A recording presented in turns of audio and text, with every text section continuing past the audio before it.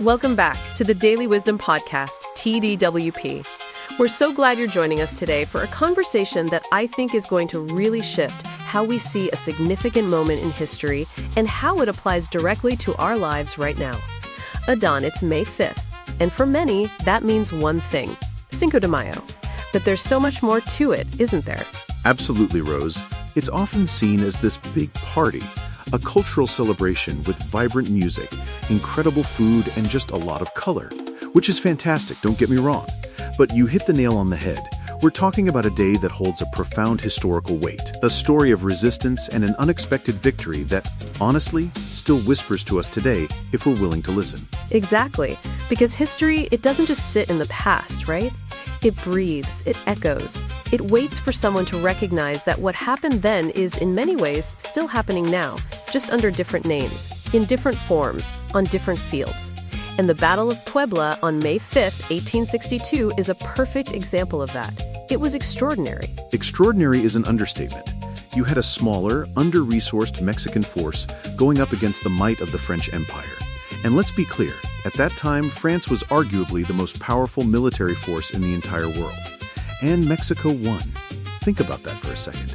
They weren't better equipped, they didn't have superior numbers. So what was it? It was conviction. It was a unified conviction that their future would not be dictated by a foreign power. That's something you can't manufacture, you can't borrow, you can't impose from the outside. It has to come from within. And I think that's where we often miss the deeper lesson of Cinco de Mayo. We celebrate the victory, but we don't always understand the war that made it necessary. And that's the core of it, isn't it? The Battle of Puebla wasn't just about territory. It was about sovereignty, about dignity, about a people collectively declaring we will not be overtaken. And that declaration, that spirit, is something we desperately need to reconnect with today, especially when we talk about how victories are secured. Because here's the whisper of history that becomes a really powerful question. What happens when a people win a battle, like the one in Puebla, but never actually build the systems to secure that victory? Battles can be won in a day, but systems, Adan, systems determine what lasts for generations. That's such a crucial distinction. We often focus on the event, the moment of triumph, but the long game, the true lasting impact, comes down to the structures that are put in place afterwards. And that's where we need to shift our gaze. From Puebla to Philadelphia, as the analogy goes. From military resistance to economic reality. From a moment in history to a sustained movement. Because the truth is, many communities today are still fighting a version of that same battle. It's not with muskets and cannons anymore, no. It's with policies, with practices, with systemic patterns that quietly determine who owns, who benefits, and who remains on the outside looking in. The battlefield has changed, but the stakes, they haven't. It's still about control. It's about access. It's about ownership. It's about our future. And if we're really honest with ourselves, too many of our victories, especially in certain communities, have been symbolic rather than truly structural. We've celebrated progress, maybe a new law or a new initiative, but we haven't always secured real power. We've gained visibility, which is important, but often without establishing genuine ownership. We've become experts at surviving systems we don't control, instead of actually building systems that reflect who we truly are. And that's not a condemnation, right? It's a revelation. Because once you see it, you can't unsee it. Once you recognize that the real battle isn't just about inclusion, it's about ownership, something fundamental begins to shift inside of you. You move from asking for a seat at the table, which is a good first step, to asking a much better, much more profound question. Who owns the table? That's the pivotal shift. And that's where something like the West Philadelphia Billionaires Society, or WPBS, enters the conversation. It's not just a theory. It's not a motivational slogan. It's a deliberate, tangible response to a long-standing reality, a recognition that the fight for sovereignty and dignity has evolved into an economic one. And it's built on such a simple yet transformative premise. When a people organize economically, even at the smallest, most consistent level, they can create structures that change everything. We're talking about something as foundational as $1 a day, multiplied across a unified community. That becomes more than just a contribution, it becomes a declaration. A declaration that says we are no longer content to simply circulate our money through systems we don't own, while remaining disconnected from the outcomes those systems produce. It's about taking agency. WPBS isn't about getting rich quick. which is what a lot of people might assume when they hear Billionaires Society. It's about getting aligned in vision, aligned in discipline, aligned in purpose. It's about shifting from consumption, which is often passive, to ownership, which is active and empowering. From fragmentation, which weakens us, to unity, which strengthens us. From seeking temporary relief, which is often a band-aid, to building a generational strategy which truly heals and builds. And this is where the connection to Cinco de Mayo becomes so much more than symbolic. It becomes instructive. Exactly. Because those brave men who stood in Puebla, they didn't win because they had more. They won because they stood together.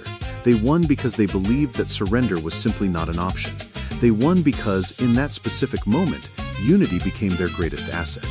Now, Rose, imagine that same unity, that same unwavering conviction, applied not just to defense, but to development. Not just to resistance, but to reconstruction. Not just to a single moment, but to a sustained generational movement. What if we took that very same spirit, that refusal to be overtaken, and translated it into economic architecture?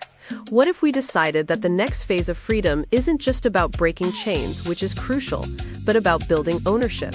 Because freedom that isn't structured, it can be reversed, it can be eroded.